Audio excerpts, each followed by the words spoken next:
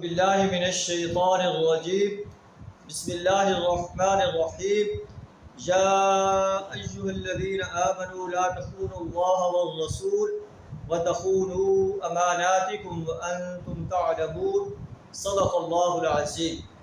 سورہ انفال آیت نمبر 27 آپ کے سامنے تلاوت کی ہے۔ اس کا ترجمہ کچھ اس طرح ہے کہ یا ایہا الذین آمنوا، اے ایمان کا دعویٰ کرنے والے انسانوں، لا تخونوا اللہ والرسول، اللہ اور اس کے رسول صلی اللہ علیہ وسلم سے خیانت نہ کرو۔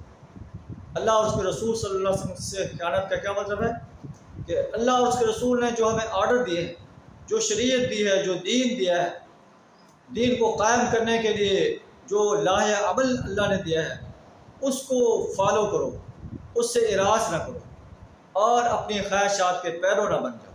اگر ایسا کرو گے تو پھر اللہ کا عذاب تمہیں اپنی گرفت میں لے گا۔ وَتَخُونُوا أَمَانَاتِكُمْ، اور اپنی امانتوں کو بھی خیانت نہ کرو۔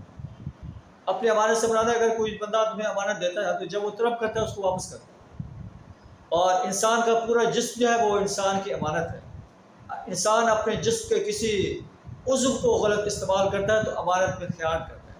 جیسے اللہ تعالیٰ فرماتا ہے کہ یعلم خائنۃ الاعین وما تخفی الصدور، اللہ آنکھ کی خیانت کو بھی جانتا ہے اور جو کہ انسان اپنے سینوں میں چھپائے ہوئے اس کو بھی جانتا ہے۔ کان کی خیانت یہ ہے کہ اس سے انسان ایسی باتوں کو سنے جو اللہ نے سننا جو ہے جس کا حرام قرار دیا۔ زبان سے وہ باتیں کہے جسے اللہ نے جو ہے حرام قرار دیا۔ اپنے ہاتھ کو ظالم کی مدد کے لیے اٹھائے، یہ ہاتھ کی خیانت ہے، بازو کی خیانت ہے۔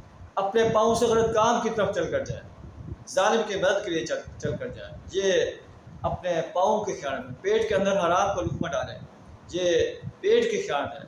اللہ فرماتا ہے کہ اے ایمان کا دعویٰ کرنے والے انسانوں، اللہ اور اس کے رسول صلی اللہ علیہ وسلم سے خیانت نہ کرو اور نہ تم اپنی امانتوں کی خیانت کرو۔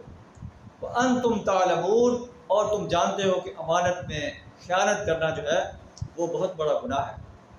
اللہ سے دعا کرا ہمیں اللہ اپنے اور اپنے رسول صلی اللہ علیہ وسلم کی امانتوں کی حفاظت کرنے کی توفیق عطا فرمائے۔ دین اسلام جو ہمارے لیے ایک بہت بڑی امانت ہے، اس کو قائم کرنے کے لیے اپنا کردار ادا کرنے کی توفیق عطا فرمائے اور اپنی امانتوں کو بھی حفاظت کرنے کی توفیق عطا فرمائے۔